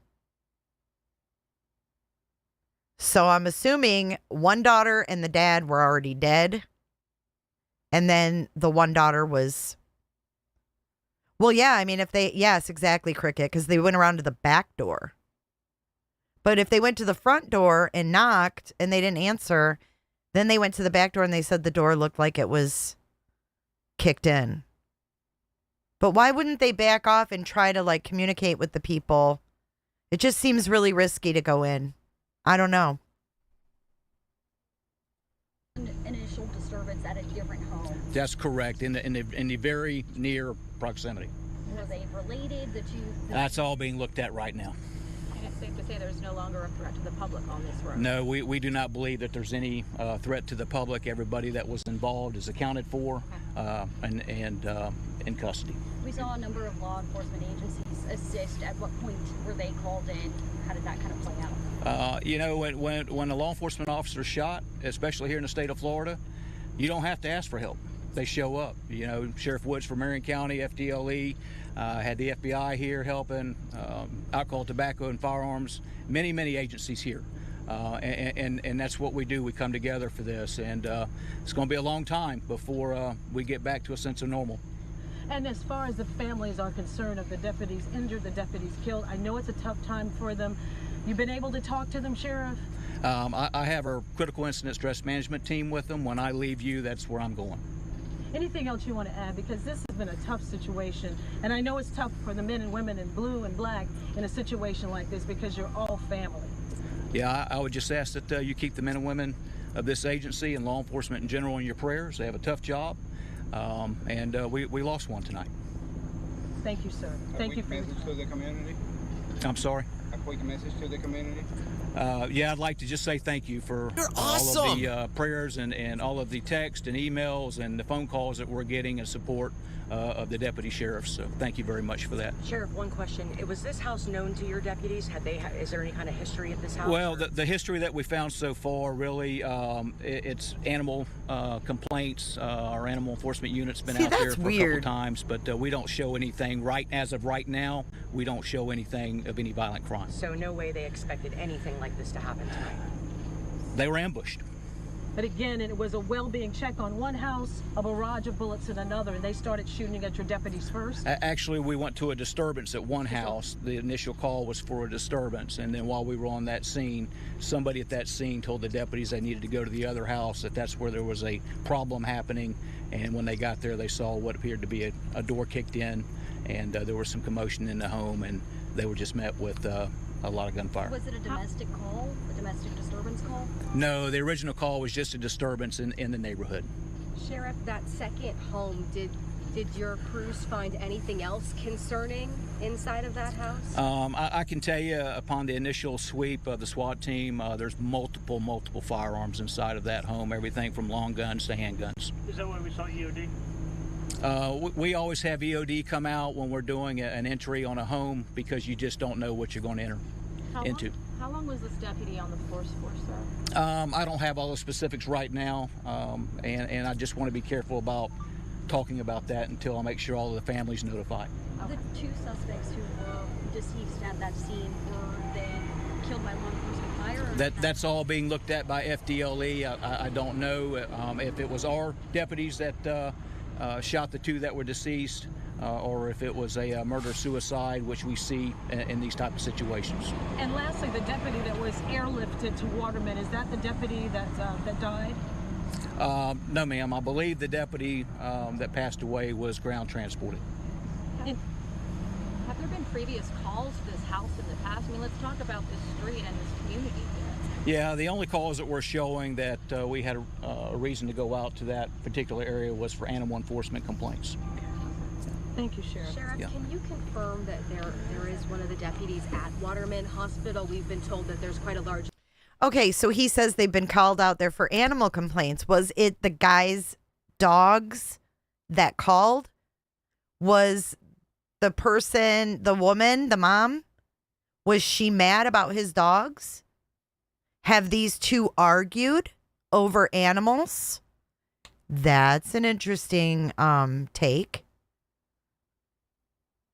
What about body cams? Yeah, of course, it's still under investigation. And now that, a deputy died,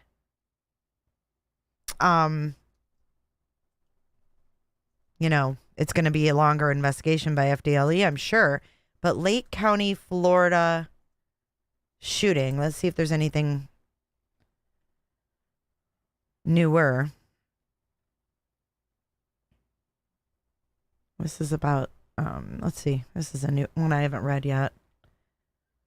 So it happened in the area of County Road 439 near Brookside Drive.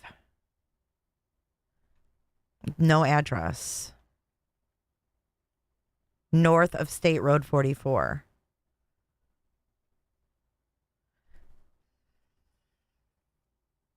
Yeah, there's nothing new in here.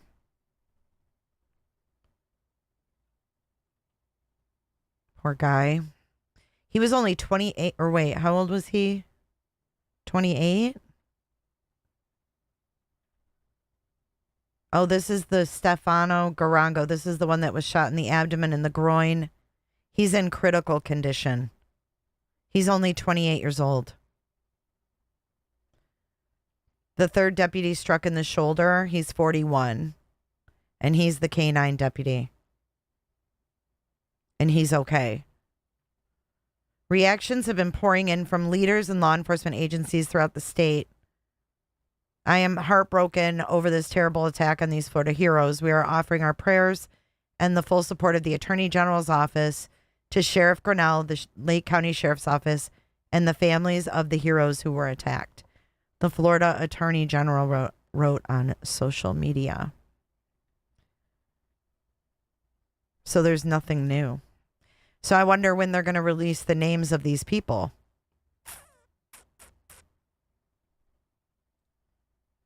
More now on that developing story. A Lake County Sheriff's deputy shot and killed in the line of duty. Deputy Bradley Link talked to Eustis? his wife and close friend this afternoon. They are, as you might imagine, absolutely devastated. She said her husband was selfless, kind, and devoted to his family and to God. Deputy Link was responding to a domestic disturbance call with 2 other deputies on Brookside Drive. It's in a rural part of Lake County, and News 6's Jarrell Baker is live there tonight. Jarrell, the sheriff's office did a press conference right at that building where you're standing just about an hour ago. Bring us up to speed. Yeah, that's right, Eric. And he also got very emotional during that time. You can tell that God, they talk so Link slow. had a big impact on everybody here. There's also 2 other deputies that were involved in the shooting, and that's what he gave an update on. Now, one of them, Deputy Harold Howell, was shot in the arm. He was one of the first to enter. Now, they say that he had surgery today and is recovering at a hospital in Stanford. Now, also, they said that there is another deputy that is fighting for his life right now. That is Deputy Stefano Gargano. Now, he was shot multiple times during this, and unfortunately, he had surgery today, and they're still going to try to get surgery on him again tomorrow. He's in serious condition, and they are trying to figure out how. We have a new... Okay, there is a lot. Here's a new press conference. I didn't see this one. This one's 18 hours ago. So this is a follow-up press conference. To this situation last night, and quite honestly, we are still trying to work to put the pieces together. Like I said, our focus today has been the deputies and their families. But yes, we responded initially to a call regarding a physical disturbance in that neighborhood. And once we got there on scene, the main primary aggressor was a lady who lives in the house where the shooting took place. So deputies quelled that disturbance. They got the parties separated, and this lady then sent them to this house under the guise of conducting a well-being check. She said something to the effect that you need to go down to this house and check on the people there. So the deputies went down to this house, and it appeared that the house had been burglarized. In fact, they thought they had possibly a burglary in progress as they were posting up on that house. They could hear commotion inside. They tried to order the people out. No one came out. So at that point, they made entry into the home, at which time they were immediately met with heavy gunfire. That is when Deputy Link was shot. He was injured to the extent he was not able to retreat from inside the home. Deputy Howell was also shot in the arm, but he was able to back out of the house. And at that point, the remaining deputies were on the perimeter trying to maintain the perimeter. Obviously, with a downed deputy inside a house in that environment, time is of the essence. We had deputies from all over the county. We had police officers from... Thank you so much, Northern Beans, for buying a mug. I appreciate the support. Thank you so much. If you guys want to check out the merch shop, we do have summer gear. All of our police departments in the county, everyone was coming to the scene to render aid and assistance. Some of the first deputies that got to the scene were part of our street crimes unit, 4 of whom were on SWAT team. So those 4 SWAT guys, they formed an officer response unit, and they breached the house immediately to try and extract Deputy Link, at which time they too were met with heavy gunfire. And that is when Deputy Gargano sustained numerous gunshots. Luckily, they were able to pull him out of the house, but unfortunately, they were not able to get to Deputy Link, and that was the nightmare scenario that just unfolded right before our eyes. Lieutenant, I know it's still early in this, putting the pieces together here, but any indication that this woman was experiencing an episode? Was this a setup? I mean, was this a setup? We she haven't said. ruled anything out. I think it is fair to say that she had something going on. Looking in the call notes when the initial call came in, they said she was kind of incoherent, out of her mind, talking about spiritual stuff. She was attacking people in the neighborhood. She was trying to get dogs to attack people. She beat one lady pretty well. Damn. As deputies were responding. She beat one lady pretty well? I'm glad you like your tie-dye, Amy. We have nice merch. Yeah, we need to see the body cam to this. To your question, could this have been an ambush? It does appear to be an ambush to some extent. We don't know if that's why she sent our deputies down to the house where she lived. But apparently the occupants of that home, there were 4 people who lived in that home as a family, she and her husband, and then there were 2 daughters, or 2 adopted daughters is my understanding. They were 23 and 22. Wow. But what our detectives have found throughout the course of this investigation at this point is that this dwelling has been described as almost a bunker style dwelling. They had stockpiled firearms, ammunition, MREs, canned goods, non-perishable food items, and what they found as they've gone through this house is a lot of literature to suggest that they were very much anti-government leaning people. A lot of signs of paranoia, a lot of end times, Armageddon type stuff. So, like what? You haven't even given us their names. What kind of Armageddon type stuff? See, this is what I don't like, is the evasiveness. Be more specific. Because canned foods and non-perishable foods are not end of time items. So tell us a little more detail. And who killed the 2 girls, or the girl and the dad? Because they're saying they were already dead. And one girl ambushed the deputies. One girl. A very, very bizarre situation. No, it was a house. It was a house. They're saying it was a bunker type situation because they stockpiled food and weapons. Yeah, right-wing extremists, you know, quote unquote. Right, literature. Like what? Flyers? Did they have flyers with swastikas on them? I mean, come on. Tell us what it was. Tell us what's really going on. That obviously our deputies didn't realize they were going into at that time. They thought they were going there to do a well-being check, and obviously that's not how it played out. So it was the 2 women who were killed inside the house? So yeah, all 3 suspects are dead, and so yeah, it has become pretty apparent that all 3 of them were opening fire on our deputies. Wait, now all 3 of them were opening fire, but they said they were both dead when they came in. See, something stinks. God almighty. I'm not crazy. I knew something stunk about this. All 3 of them were firing on the deputies, but they said that when they got in there, 2 were dead. How? How? Thank you, Northern Beans, for buying the 420 mug. Or enough firearms and ammunition within close proximity to their bodies that lead our detectives and investigators with the FDLE to believe that all 3 of them were shooting on our deputies. So what we haven't been able to determine, it sounds like, is how they perished, whether they were in the gunfight or whether somebody shot each other. Or... So right, there is no indication that they were struck with any return fire from our deputies. And at this point, we know that at least 7 of our deputies did return fire, but their gunshot wounds are more consistent with what would be self-inflicted gunshot wounds. All 3 of them? All 3 of them. And I'm sorry, did you say that there's some evidence that all 3 were firing at deputies? That is correct, yes. Based upon the amount of firearms that were in such close proximity to their bodies, based upon the shell casings and the amount of ammo that they had stockpiled, we believe hands down that all 3 of them were shooting at our deputies. And again, John, it's such a big, complex mess. It is. The 2 women were found dead in the home. The man was transported, but he eventually did pass. Right, and he was found wounded in the home as well. They were deceased there. They transported him, but he later succumbed to his injuries. Trying to keep track of all the things that were announced last night. Sure. There's a lot going on. Right, so there is. Yeah, in other words, your freaking story changed, and you've got the reporters all confused.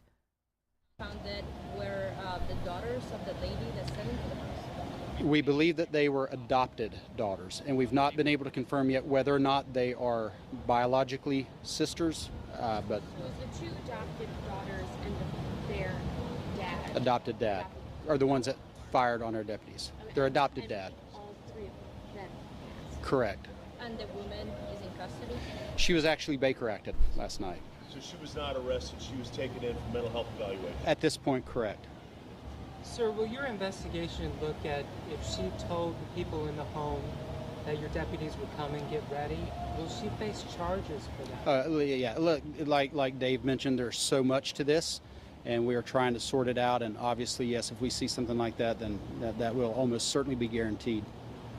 Can you speak to the gravity of the situation? These law enforcement officers, every day they go into work and we don't know that something like this can happen.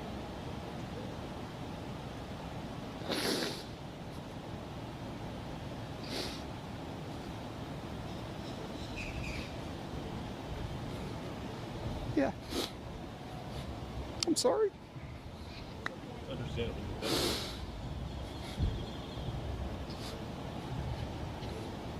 But yeah, you just never know. Deputy Link wasn't even supposed to be there. He was working a detail up in the forest. He wasn't even part of the road patrol unit. He heard the call go out. He went there to assist. So.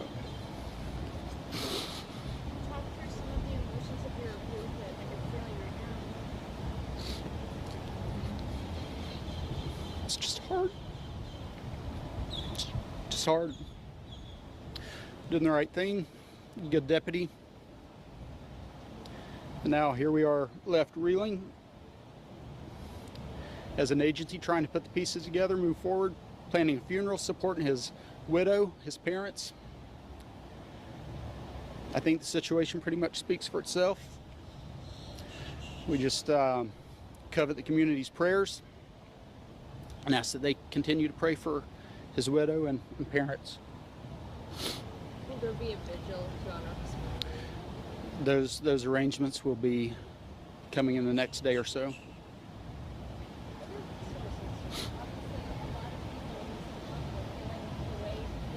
Yeah, we have a critical incident stress management team that is assembling pretty much as we speak, and we have plans to obviously work very closely with those deputies who witnessed this in the coming days, to include our dispatchers who heard all this playing out over the radio. So there are a lot of impacts that resulted from this that are not so easily seen.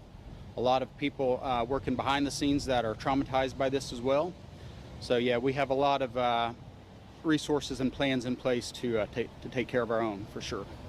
You said Deputy Howe and Deputy Gargano. Do you have their first names? Yes, Deputy Gargano is Stefano Gargano, and Deputy Howell is Harold Howell. Just lastly for me at least, when you see community members who are sharing their prayers and all of that, what does that mean for other deputies who are really just trying to wrap their heads around it? Yeah, that's obviously what's going to get us through. That's what's going to get them through, and that's what we're just asking for right now, is just praying for God's peace, His strength to get us through this, and just His strength to be able to appropriately care for everyone impacted by this. It's just such a senseless tragedy, for lack of a better term. It should never happen, but unfortunately, that's the day and age we live in right now. Deputies and police officers, they go out every single day and put their lives on the line, protecting everyone equally, and this stuff happens, and it's gut-wrenching and heartbreaking. Have you spoken with the family? You know how they're doing and also what they need at this time? I have not. The sheriff has been in direct contact with them, and he has visited them, and we have people at the hospital who are staying with them and just making sure that anything that they need is communicated to us. We have a whole lot of plans in place for them in the coming days that they're going to be well taken care of, for sure. Mm-hmm. Thank you. All right. Yes. Question. I know you said an anti-government. We heard from neighbors a cult or something like that. She's asking if it's a cult. No, we don't have anything to suggest anything specific like that, but definitely an anti-government mentality, end times, paranoia, that type of stuff, for sure. Thank you for All right. talking Ooh, goddamn. Ooh, that was loud. I'm sorry about that. Huh. This seems even more weird now. More now on. What up, Teresa Beavers in the house? Stay safe down there, Noel. Don't get washed away. Let me see if I can find a picture of the house. Here it is. Nope, that's Volusia. Sorry, wrong one. Wrong story.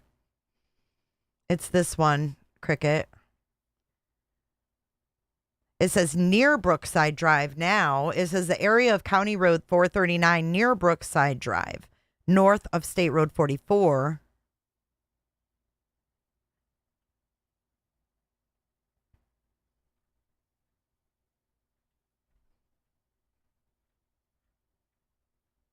They showed a picture.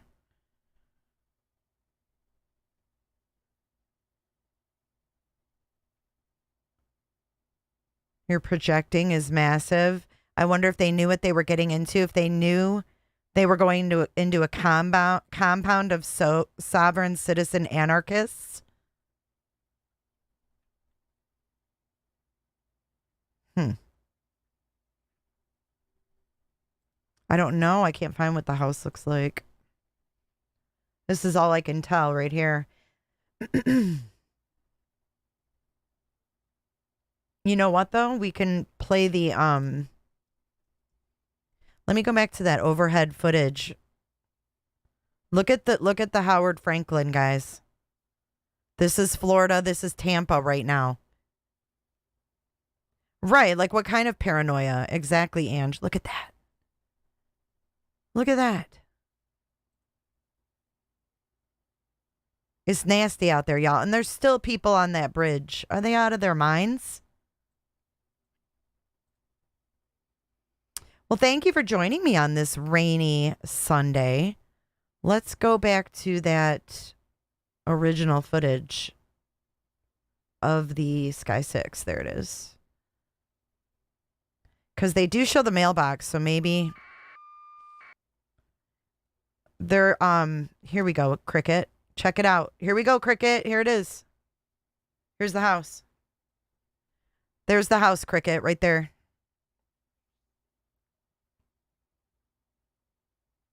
It does not look like a compound or a bunker. It looks like a regular old house.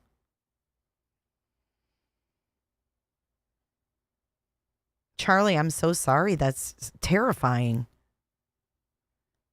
You can request the body cam, but no, they're going to say that it's an active investigation. So, yeah, this was an ambush last night in Eustis, Florida. They were called to another home. A woman was having a mental episode, freaking out on people, hitting people. And then they got her in custody. Baker acted her.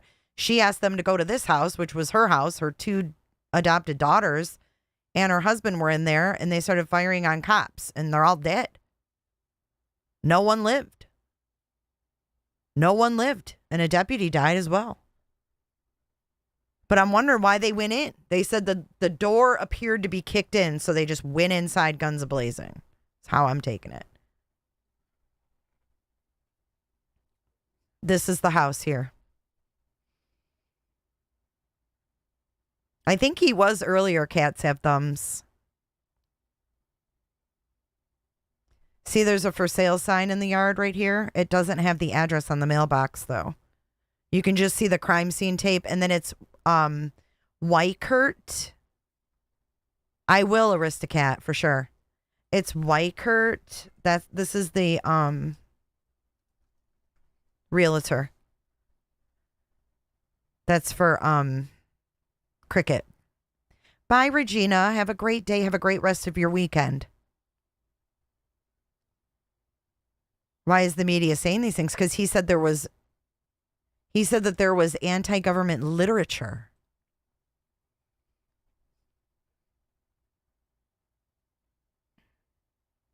So there's the mailbox. And see, it says Wykert on this sign. So the home was for sale. I wonder if they're having money issues or something to that effect. See? Wykert. Yeah, we may have to wait because an officer died. They're definitely not going to release it. Need confirmation of anti-government. Yeah, anti-government literature. What does that mean? Where's the proof that she was doing anything other than having a confrontation with the neighbor? Says us. Right. He's everywhere. I know. Oh, yeah, the storm will be way gone by then, Chrissy. You're safe. You're good to go. Enjoy your time at the beach. No, you should have a good time. You should have a good time. Wow, that is a long time. I'd like to know if there was a history between the neighbors as well, because they said they were there for animal complaints, and it's kind of interesting that that man's dogs were involved. Right, literature and paranoia things. What does that mean? I mean, they could have had like a flag that says "Don't tread on me." What did they have? Yeah, Noel, Florida is its own country, literally.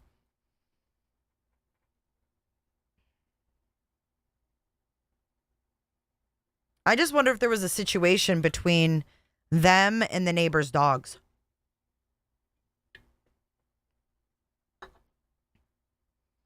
Yes, Chrissy, I hope you have a great time and enjoy Florida.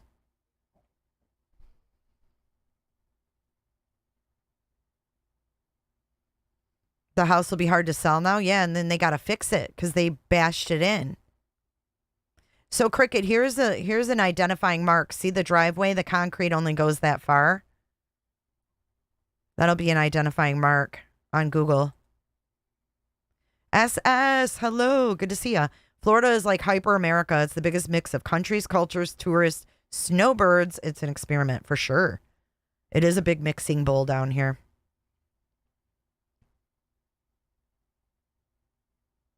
There's a lot of people that are paranoid. Right, Kenny Miller. I mean, what do they consider anti-government? You know what I mean? Is it a "don't tread on me" flag? What is it? Because I don't think "don't tread on me" flags are anti-government. I mean, I think that they are associated with that type of thinking. And I think that there's a stigma. I think there's a huge stigma for people that are called anti-government. It's a slippery slope and it's a fine line to label people that. Have you guys ever heard of Ruby Ridge?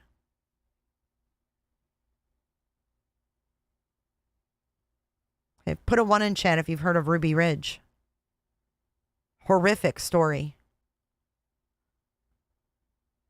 Everything seems to be based solely on what the neighbor said, says Karen. Jay, people talk about where they live to me, and I'm like, one day in the ghetto, I lived in the neighborhood. Dope dealer hooked up his system, and it screamed, "Your dope dealer is here," like an ice cream truck. You're crazy as hell.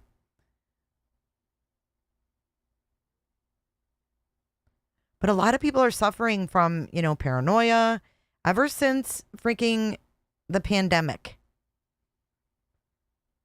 Yeah, I mean, Ruby Ridge was horrific. And that was before Waco.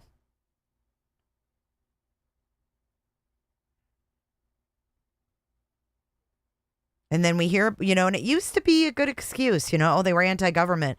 Oh, they had literature. But now you see these reporters going a little deeper.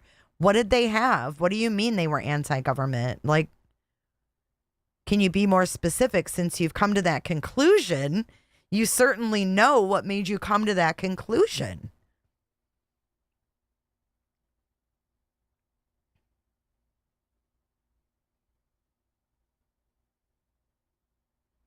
Oh, no, I'm not done yet. That was an ATF horror show. It was horrible. A mother in Ruby Ridge was murdered while she held her baby, standing on her front porch by the ATF. Murdered. Shot dead while she held her baby girl.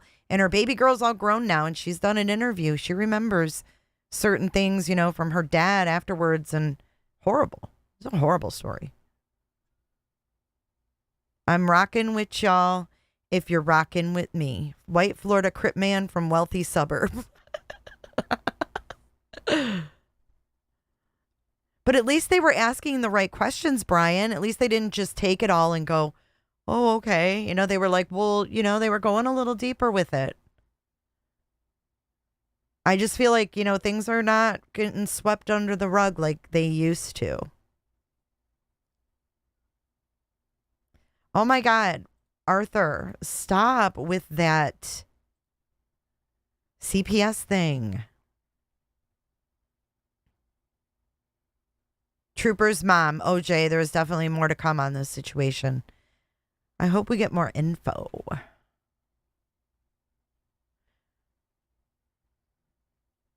Oh, did we see this one? Oh, I think we did, yeah. We did, I think. Pretty sure we did.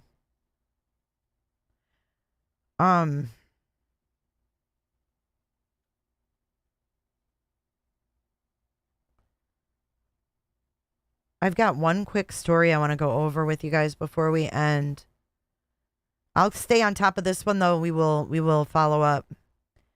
But this is a crazy story I just wanted to share really quick. Oops. Disturbing. So this is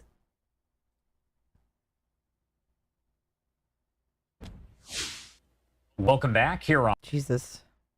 Texas adoption agency owner charged with trying to buy babies. The owner of a Texas adoption agency is facing charges over accusations she paid pregnant Tarrant County inmates to put their children up for adoption. 68-year-old Jody Hall faces 2 charges of sale or purchase of a child. Tonight, court documents reveal text messages Hall sent those inmates offering up money and at times lashing out. Fox 4's Blake Hansen in studio with the latest in the investigation. Blake. Yeah, Heather and Steve, investigators started looking into this a couple months ago, concerned there could be unethical activity surrounding efforts to get some inmates' children adopted.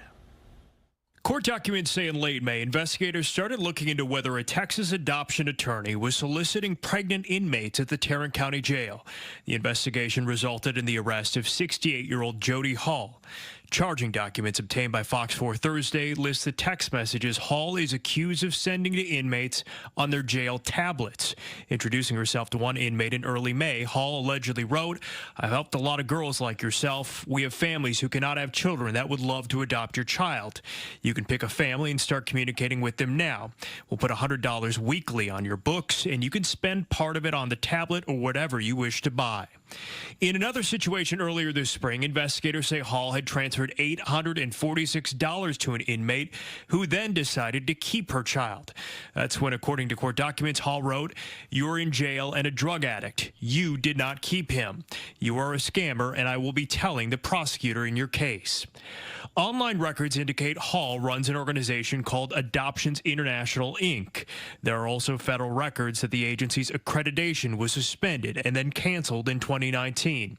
The Inter-Country Adoption Accreditation and Maintenance Entity stated the cancellation was handed to Hall for failing to maintain substantial compliance with accreditation standards.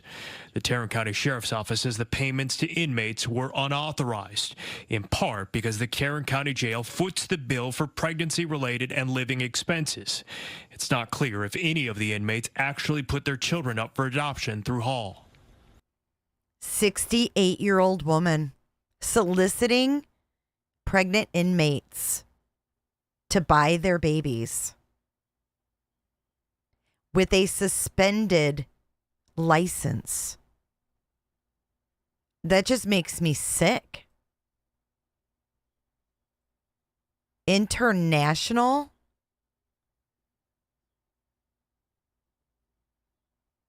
What was the name of it? Drug addict. You did not keep him. You are a scammer, and I will be telling the prosecutor in your case. Online records indicate Hall runs an organization called Adoptions International, Inc. There are also federal records that the agency's accreditation was suspended and then canceled in 2019. The Inter-Country Adoption Accreditation and Maintenance Entity stated the cancellation was handed to Hall. Adoptions International, Inc. Do I dare Google it? Adoptions International Inc. On August 22nd, 2019. Oh my gosh. Here's their LinkedIn.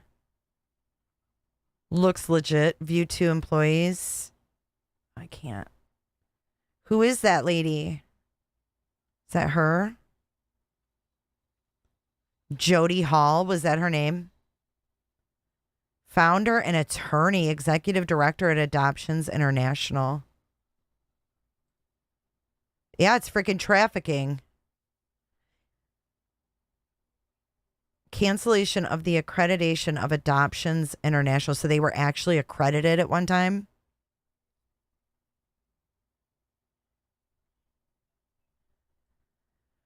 The Intercountry Adoption Accreditation canceled the accreditation. Adoptions International license in Texas.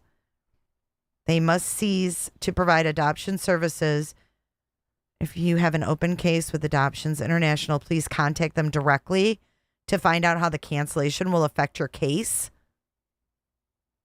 Families work. Oh, thanks, the Department of Justice. Families working with Adoptions International should contact them directly with questions about a case or record transfer. That's nice. So the Department of Justice just shuts them down and says, "Oh, well, if you're trying to adopt a baby, contact them." Unbelievable, man. Unreal. It's very low, Tweedle. And how many out there are like this? How many are like this? And how does she even know that these inmates are pregnant? Where is she getting that information from? It's scary. She's a lawyer. Where is she getting this information? You know?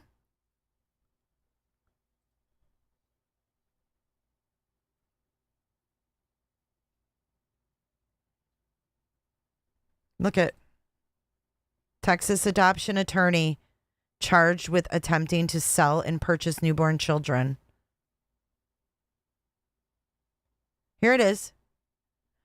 Jody Hall posted a $50,000 bond. She only got a $50,000 bond for trying to buy babies. For trying to buy babies.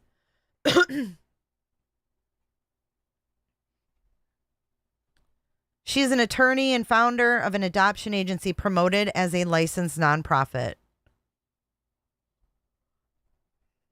During this investigation, information was discovered that Jody Hall was paying money to multiple pregnant Tarrant County inmates for the purpose of placing their unborn children up for adoption with her agency. 2 months later, sheriff's detective served arrest warrants on Hall at her home in Kyle, Texas. We should get that body cam. In 2019, they suspended the crime of selling or purchasing a child as a felony in Texas. Why'd they let her out? It's unclear at this point whether any inmates actually received money or put their babies up for adoption. They could not reach her for comment. Look at the tags: child trafficking, pregnancy, childbirth crime in Tarrant County.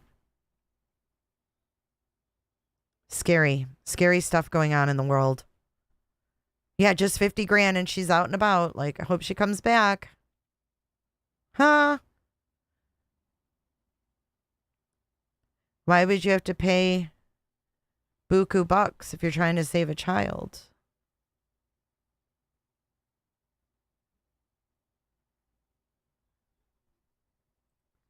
Charlie, you probably need to call 911 on that, honey. If you're having a problem, you need law enforcement, call 911. I mean, look at all this corruption. It's crazy. Crime Time Buzz posted. Oh, let's check that out before we end. Because I posted on them today. Did they? What do you mean they posted? Crime Time Buzz. Oh, 7 minutes ago, a video. I suggest you don't watch it. But let's take a look at the community. Oh, look at.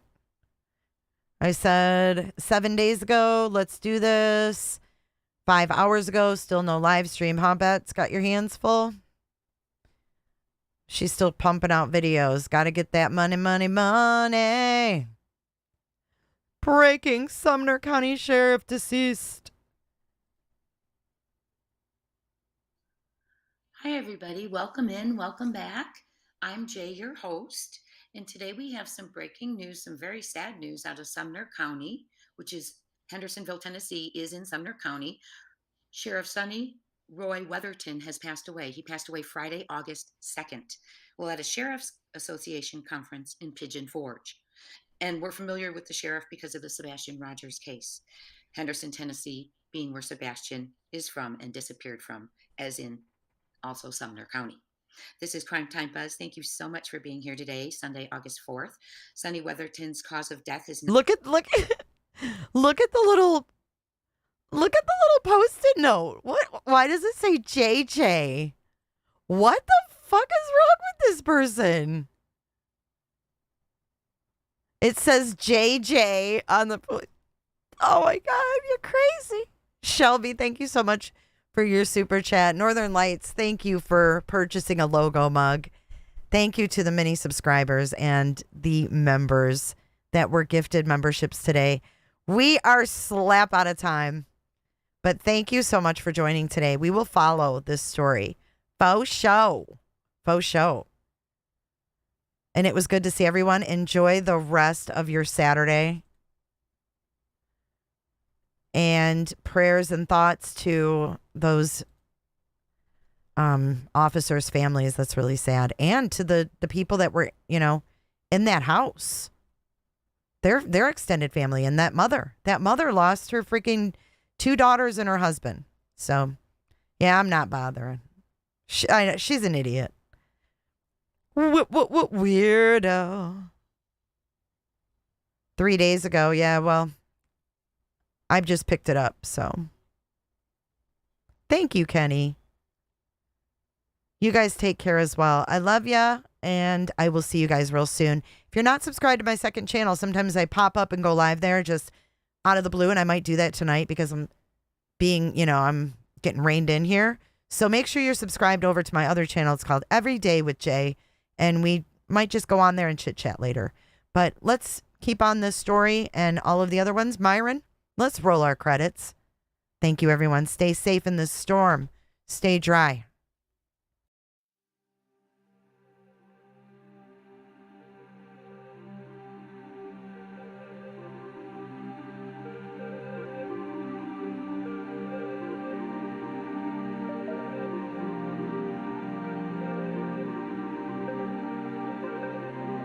So much for watching. If you enjoyed this live stream or video, make sure to give it a thumbs up and hit that subscribe button so you don't miss out on my latest content.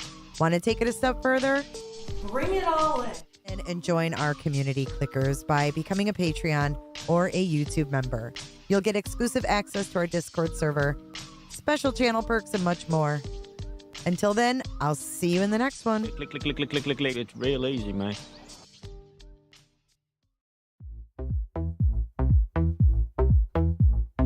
I don't give a damn, I don't really care about you and your problems. I don't give a damn, you talk way too much. Roberta, I've heard enough about you and your problems. I don't give a damn, I don't give a damn, damn, damn. I don't give a damn, damn, damn. I don't give a damn, damn, damn. I don't give a damn.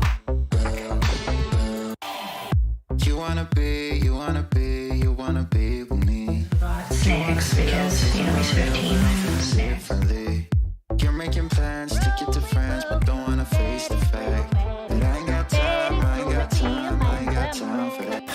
Staying up late, sleeping all day, dreaming about Cadillacs. Buying new shoes, hanging by the pool, sipping on Coke and Jack. Calling my phone when you feel alone, but I never call you back. Thanks so much, Jennifer. Jennifer loves horses. Hi, Jennifer.